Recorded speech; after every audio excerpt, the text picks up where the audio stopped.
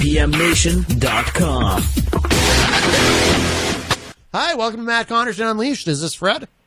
It's Dave Ridley. Hey, Matt, Mike Doyle. Oh, it's Mike Doyle. It's Mike Doyle. Daryl. Daryl? How you doing? Good, how are you?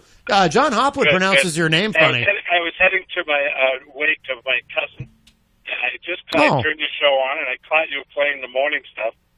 Yes. I noticed you conveniently left out the statistics that I read before we started that conversation about drugs, and it was simply about drugs and how my point was being that a lot of the Democrats are saying there's no crisis, there's no big problem with drugs, and that was my point. I wanted to talk about drugs, not Trump, but what I would ask you is, in mimicking that show that you played, and I don't know if you find it funny or not. It doesn't matter, but well, that's why I played it. Like I explained, I just thought it was a funny moment. There was no other agenda there. Right. What is your solution? What is a simple solution or some kind of solution to the drug crisis we have going on in this country? Well, we've talked about it. I certainly don't think it's building a wall, which is not to say that a wall in certain places wouldn't necessarily be a benefit. I'm not as totally against it as you might think. But we've talked about it before. I mean, the last time we talked about it, I blew your mind. You were so shocked, even though it's always been my position. For one thing, I would like to end the drug war, put the drug cartels out of business by bringing everything into the sunlight and decriminalize hard drugs. And I actually think that would help. They did that in Portugal, and drug use went down. What we do now, I think, makes it worse. They have national health care. I'm not sure you can do that with drugs like fentanyl. Maybe weed, maybe cocaine, but not. I don't know about fentanyl. Cocaine, which you know how addictive that is.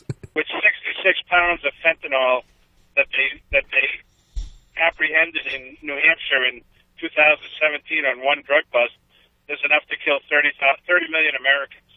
I mean, don't you think that's something we gotta get a handle on? I'm worried about the youth, the future youth of this country, and the younger generation that just, I guess, doesn't understand how dangerous this is. Youths. But, they need to be educated on it. Youths. Right. But so 2 other points, though. They had on, Fox had on the director of the Border Patrol under Obama for 7 years. And he clearly said we definitely need more walls in certain places to deflect people from coming over and pushing them towards places where we have more agents at borders, so we can try to at least minimize the amount of drugs that are coming over. I don't necessarily disagree, Mike, that in some places, putting up walls or barriers would be bad. I don't know that we need to spend $5.7 billion on what Trump wants. But I don't out of hand dismiss the idea that in certain places, if the Border Patrol agrees, and the experts agree that more wall here would be helpful, I'm fine with it. Yeah, I don't know. I don't understand why. When in 2000, I think it was in 2012, 13, the vote came up under Obama, and it was almost unanimous democratically to fund the wall. Yeah, the Republicans killed it. Now, Trump's asking for the exact same thing, and the answer is 100% no. How does that work? Well, I don't think Trump's asking for the exact same thing. Doesn't he want to build a wall from sea to shining sea? Well, I don't know. Or steel slats or something? Whatever the Border Patrol tells them, and where they think they need it most. He said that. Have you ever been to Brownsville, Texas? No. They have the Barbed Wire Museum. Oh. That's a cheap alternative. Oh, barbed wire? One more thing. I heard you think about racism yesterday. It was a good show. So anytime you can open up the mind of that disgusting, thing called racism, or as you put it, you have a different name for it. But I personally feel that whenever we talk about it, it just adds to it. It just adds fuel to the fire. You should kind of ignore it. Just, you know what? Oh, my. People that are really? morons are going to... They're going to lynch people? We don't need any laws. No, Mike, I could not disagree more. I hear this a lot from Republicans, though. Oh, just ignore it and it goes away. It does not go away, especially in the social media era that we live in, with the rise of anti-Semitism online. You see what happened in Charlottesville. You have to confront it, Mike. It's a cancer. It's malignant. And if you don't confront it, it spreads. You're never going to stop it. You got to confront it.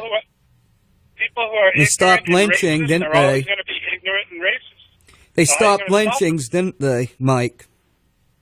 What? Lynchings?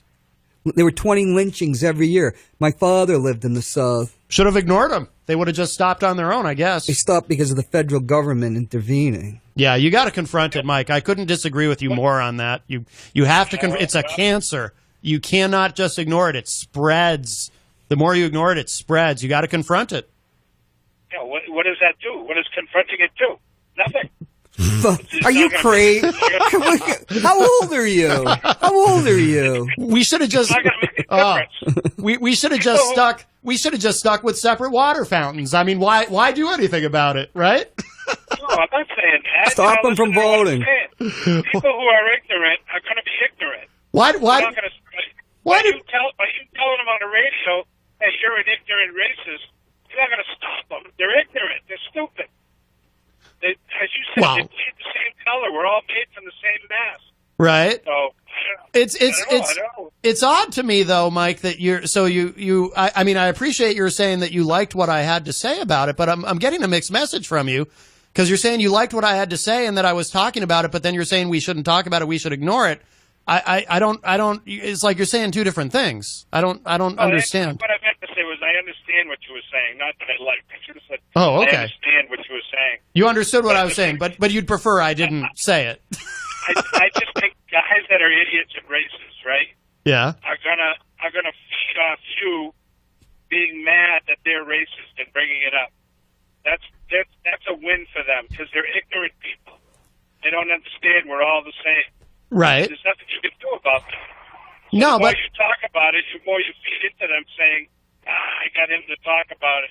Well, part of it, Mike, is it's cathartic for me, and I think for a lot of people, because I think racists are so stupid. I personally get something out of calling them stupid. Like, I actually like the idea, and maybe this is narcissistic of me, but I actually like the idea of someone racist stumbling onto my show while they're driving in their car, hearing me talk about how stupid they are, and just, making sure that person knows that I think they're stupid for being racist.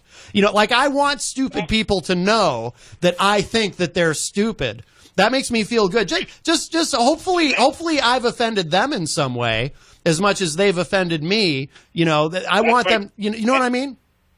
I think that's my point. I think you don't understand that they're enjoying watching you call them a racist. They're enjoying it. They're enjoying hearing that you're upset that they're racist. So it pisses them off. I mean, it makes them happy that you're. I don't know. That's just the way I feel, because people who are racist are just ignorant. They're just ignorant people. Well, they are. You know what I mean? They are, but I don't know that it upsets. I mean, there's different levels of racism. There's different levels of racism, and there's different kinds of racists. And there's definitely some racists, Mike, who, if you call them racist, they actually do get upset, because they're so ignorant they don't even know that they're racist, or they don't understand that their behavior is racist. Some people actually do get very offended and very pissed. And I like the idea of offending. And I like the idea of offending those people.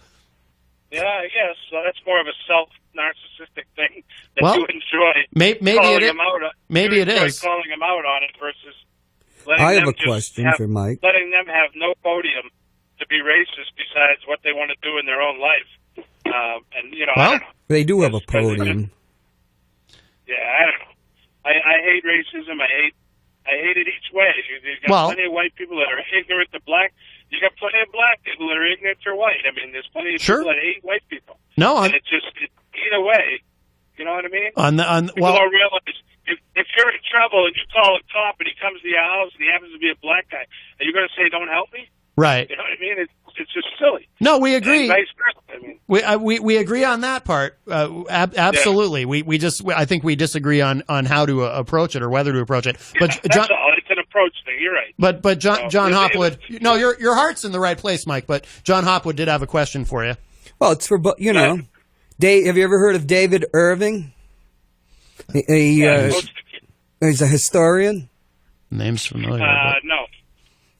I don't know if he has a PhD because in the UK and England, you don't necessarily have to have a PhD. And when he went through university in the early 60s, he was a historian, a very well-known historian. He's the one who wrote the first book about the Allied bombing of Dresden, which had been covered up for a generation.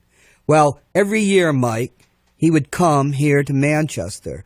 When I was with freelancing for Yahoo News, I wrote about the last time he came here. It was always in secret, but I was able to get on the bulletin boards that were announcing his appearance here. This was once one of the most respected historians of World War II. He was involved with the Hitler diaries and proving they were fake. I think he was the one who proved they were fake. You know why he was here, Mike? He's the #1 Holocaust denier in the entire world. #1 Holocaust denier. So revealing that in Yahoo News, was that giving him publicity? Shortly thereafter, the Obama administration banned him from the United States. They took away his he can't get a visa to the United States anymore. Yeah, so why would that's my point. Why was he coming here? He's coming here to kind of news. He was coming here to meet with Nazis, neo-Nazis in New Hampshire, which are here. I've met people from the right-wing type of, not Aryan nations itself, but affiliated groups. But I'll tell you what, and this would support what you're saying. I'm not going to name their names, but they were here in New Hampshire. I actually went down and met somebody, a friend of mine who was in the FBI, to talk about it, and said, But this was a time under Obama. They weren't rampant. You're talking about this guy David Irving, right? Who should have zero talk. Why? He's a moron. He's not a moron. There was no Holocaust. He's a brilliant guy, and he's very, very clever about his Holocaust denial. It's a bunch of crap when you get onto it, but he's a very clever man that actually believes it and builds a case that falls apart after you study it. I believe people should be able. You should have Holocaust deniers. Should have a platform because then you can just go about and you can logically destroy them. Right. But here was a guy doing this in secret without publicity to meet neo-Nazis here in the state of New Hampshire. Right. So I gave them some publicity. So he's a brilliant man who believes there was no Holocaust. Who denies, let me phrase that Hitler, the first thing was that Hitler had no knowledge of the Holocaust. Eventually, his denial got bigger and bigger and bigger. And then there was a famous libel lawsuit where another professor, he sued, I think, for libel, and she made the case. You got to question the word brilliant. But often brilliant people can be racist. It was scientific racism. You can be smart and still be evil. To really just kind of hypersimplify it. But, I mean, you can be smart and be evil, and that's why you have to confront this stuff, because smart people know how to recruit other people into their evil. He made a clever argument. Right. And that's how you recruit people, is you make a clever argument, and people fall for it. And he used him as an authority. Right. Now, exposing him and them. Exactly, exposing. I'm glad you used that word. And that's why you got to confront this stuff. Otherwise, the lemmings fall for it. But New Hampshire and Manchester have this thing where nobody talks about anything going on. Let's think about, scandals, and we don't even want to bring them up, like the scandals in churches. It's very painful to deal with stuff like that, Yeah. Particularly if you're from the church or have, like my mother from a church that was rocked by a scandal, stuff like that. I was just trying, I won't tie you up anymore, but I'm just trying to find solutions. I'm trying to find some way to stem the drug problem. Besides your theory of making everything, just open the doors to legality for everything. Hey, I'm worried about the future of this country. I'm worried about the next generation. I am too. We don't disagree on the problems. We just disagree on approaches. That's all. I agree about you. One thing is, if you don't have people where drugs are coming in, people don't get busted, and you have no statistics. But conversely, you're talking about if you don't talk about certain stuff, you'll never have statistics or knowledge about the stuff. Yeah. So, and the other thing, I'm a person, I've gone over a 40-foot wall. That was in basic training, though. Oh, yes. And there was a guy behind, below me pushing me up, and a guy above me pulling me over. All right, Mike. Well, thank you for the call, my friend. All right. Always appreciate it. All right, man. Talk to you later. Good show. All right, thank you. Bye-bye. Let's see. A lot of we got to catch up with the chat room here. We're talking to Mike. It's like, I think he's from Manchester, and people do have, I think, that mindset, about certain things, like, let's say, violence in our schools. Yeah. Nobody talks about anything. Well, I think, too, though, with what Mike was talking about specifically, like right after Charlottesville happened, like so many, a lot of conservatives will tell you, I think Mike's more of a moderate Republican. That's my impression of him. But a lot of conservatives, like people, like just in one-to-one conversations I had with people who would say to me, no, the problem is you got to ignore these people. Just ignore them. They're idiots. Just ignore them and they'll go away. And it's like, no. When you got people walking around with tiki torches chanting anti-Semitic slogans in public, you cannot just ignore that. You need to take pictures of those people and put them online and embarrass them and get them fired from their jobs and do whatever you can do to humiliate them and direct some there should be consequences for that, So like I kept saying, it's a cancer. Social lynching. Social lynching. I like that. They used to do that to so-called communists back in the 40s and 50s. Yeah, well, I wouldn't do that, but as far as but when we're talking about hate, you got, like I said, it's a cancer. It's malignant. It spreads if it goes unchecked. We have another call. I'll bring up an example from the 70s. Hi, welcome to Matt Connarton Unleashed. Who's this? It could only be one person now. Is it Dave Ridley? Fred, I'm always glad to hear from you, but I'm especially glad to hear from you when you've been very, very active in the chat room, because it's too much to catch up with. It's easier to just talk to you than try to read all of this. Yeah. It's hard. Well, I was putting information so that other people, when John was talking about the historian, I put his stuff there so that people could catch up with him, because he has a tendency, because he's so smart and has so much of the stuff in his head, that not everybody's on the same page. So I was just trying to keep up with him. Putting information so they could see. He is what he was talking about, because he's usually right about that stuff. Oh yeah, when I'm not being contrary. He's a very. That's right. That too. That's right. Of course. Now the other guy, that was the one that I really wanted to talk about. Mike Doyle. Yes. It was our buddy Mike. Yes. And Mike is wrong on a whole lot of things. First thing is, Cato did a research project on the fence, and they found out what lowered the amount of drugs was exactly what you said.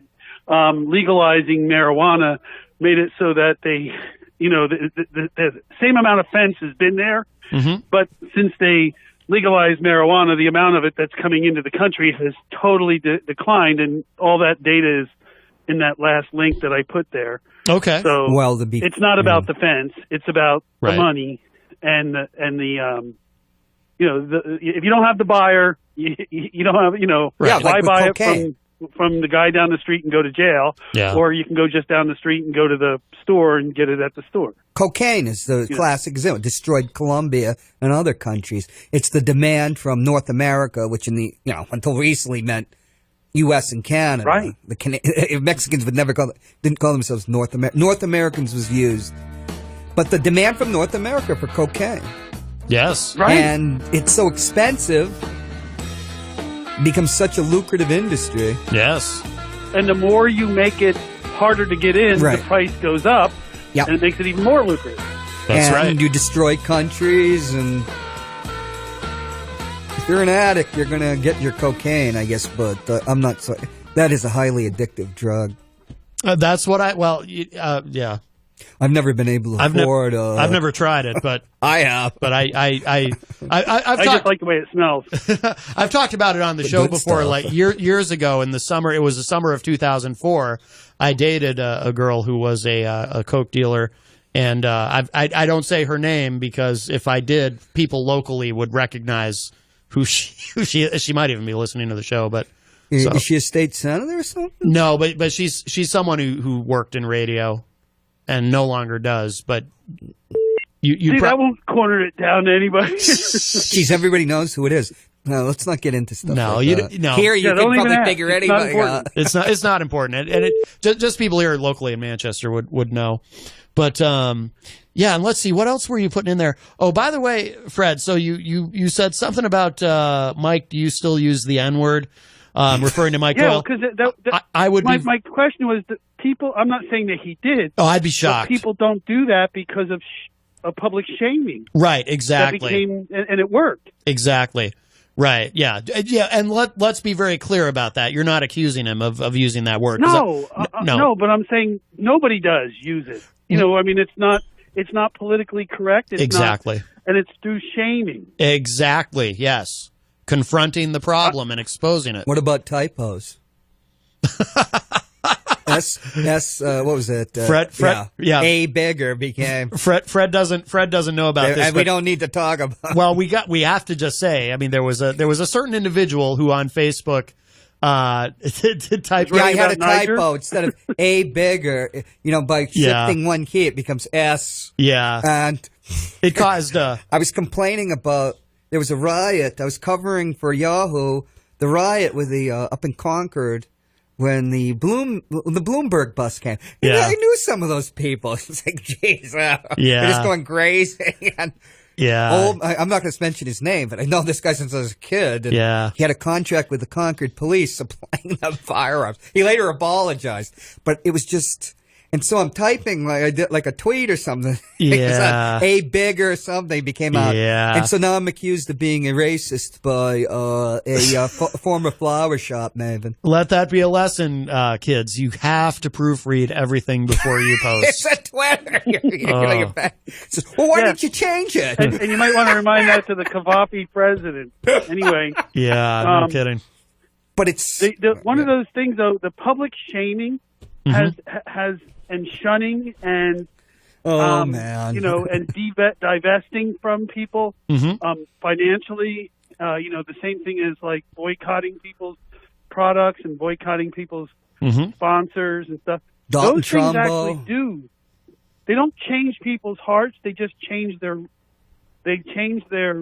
behavior. And that's the first thing. That's the minimum you can do. Right. Where he's saying, people are going to be racist. They're always going to be racist. Maybe they're not, because if you're shamed into it, you may not act that way in front of your children. Right. Yes. Kids need to be carefully taught. Great point, I know Fred. they destroyed socialism after, not so in World War I, but they really took a whack at it after World War II and just stomped it out. Blacklisting and all that. They even went and got Arthur Miller. Well, my favorite one now on that, and I love that exactly what you said there, John, because my favorite one now is when the conservatives talk about socialism, I always go, you mean like Israel, where they have universal health care, where they have liberal abortion policies, where they have strict gun laws, where they subsidize their colleges, where they have 30% union membership, and where the total high taxes is 47%. Oh, you mean like Canada, where they have mandatory universal health care, they have universal background checks, they have unrestricted at any point in the pregnancy abortion laws, and they subsidize their colleges, they have a 30% membership in the unions, and their high tax rate is 33%. And look, they didn't have a blacklist. Those are socialist countries, right? Oh, yeah, rampant communism. Israel was formed by the Labor Party, the old Labor Party of Ben-Gurion.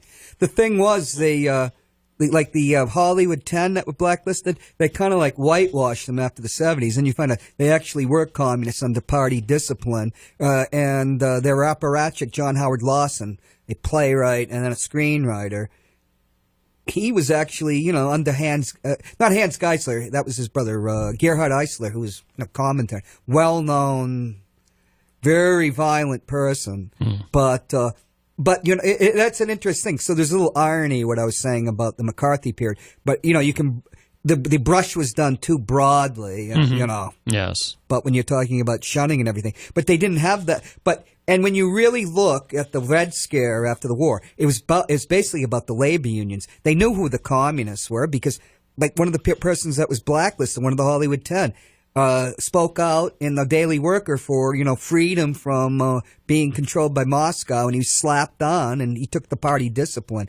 But it wasn't them. They just went after, like, everybody, and it was basically to, they wanted company-friendly labor unions rather than more militant unions. Because, like, Howard Zinn was a member of, they always say, he was a member of a communist party, but he wasn't a communist party, of the American Labor Party of New York, which was, that was a communist front. And Howard was not a communist in that, But, so when you start shunning and talking about everybody, a lot of people can fall into the cracks rather innocently. Because you could say something like, I did it with you once. I mean, you never have any black people here. Right. I was in one of my moods. Yes, yes. That was smart.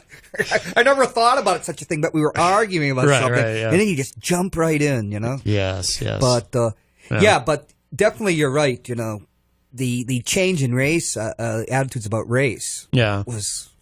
Fred, I want to ask you this because we're talking about this the other day on the show, and people tend to disagree with me on this, but I do think, as far as racism itself, I really believe that it gets better with every generation. I think it has to do with the fact that because of integration, we have the kids of today. They're around people other than the people their parents were around, because most of their parents were in, like, white neighborhoods. There wasn't any black people. Right. And after, and then so the next kids go to school and they become friends, because if you put two kids together, it doesn't matter. They're going to become friends. Right. And they become friends, and then they the girls and the boys, that what happens then, and then next thing you know, everybody's got relations that are, as they said in "Oh Brother, Where Art Thou?" they become miscegenated. And so because of the mixing of races, we're browning of America, because there's so much of that that it's real hard. Like, that's what Meadows had the problem with. See, because he talked trash. Oh, Mark Meadows about Obama going back to Kenya, and he didn't say his kids, but his niece and his nephew, which means his brother or sister's kids, were part African American. Right. So it means, and especially in North Carolina. I mean, so you start talking about these generations. It's when America's all brown and they have curly hair, we'll all be fine. Right, because there's no racism inside groups, which isn't true at all. Right. No, you're right. You are, what you're saying is so naive. First of all, I lived, through the 70s. We didn't have busing or anything here. And down south, you have busing academies. What you're talking about, integration. The thing that happened, there was violence. The 70s. You're just exaggerating the stuff and using what I call a blue sky thing. If anything brought the races together, it'd be that African Americans, Hispanics, everything come up economically, and people interact economically. Well, I think Fred was giving one example of how we've. I think there's a lot of factors. To say that within ethnic groups. First of all, there's a situation here I'm not going to talk where somebody took a person from actually Africa and assumes that said to them, you're against your own people, which is crazy. It's just not understanding Africa or people. They're nations. It's just not one thing, African or blacks. Within the black community, read The Color Purple. There's all sorts of castes. The caste system in India, they always say that that's based on color to a degree. The Dravidians, the original people, were darker. I mean, you're talking about something. If anything's going to end this, it's economic opportunity to people that were, just kept in virtual bondage. Well, that's what I. If you're talking about integration that way, yes, allowing people of other races to buy homes. Now, I know that sounds silly, they have an economic opportunity. That's one of the best ways to transfer wealth, to buy, you know what I mean? It's because I support reparations. in the neighborhoods, back when I guess Levittown, the perfect example, Levittown, Which was one? a white community that when the soldiers came back from the war, they all could buy homes in these white communities where the values of the homes went up.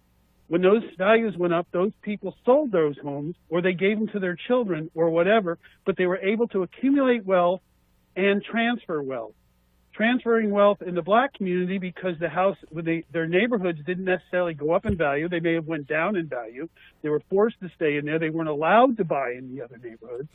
And so it's about transferring wealth to the next generation. And unless you can do that, it's real hard to have a across the board kind of move up because you have to be able to transfer wealth. And some of the best ways to make wealth is through real estate, and real estate separated from them for a long time. The opportunity was gone. Now it's illegal to do that. Right. But I mean, changing that helped a lot. It helped tremendously to transfer wealth. And that was a conscious acts.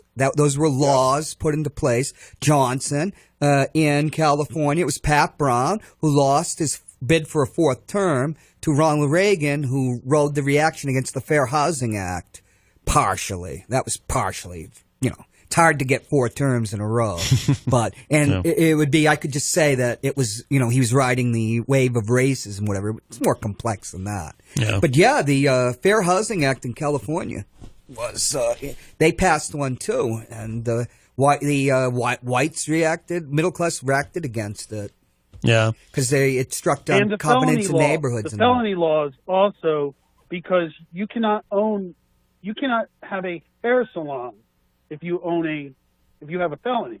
So creating felony laws that were specifically to influence or impact minority communities, because that's the kind of the crimes that were in those communities, they made them felonies. It's the same thing, the difference between cocaine and crack cocaine.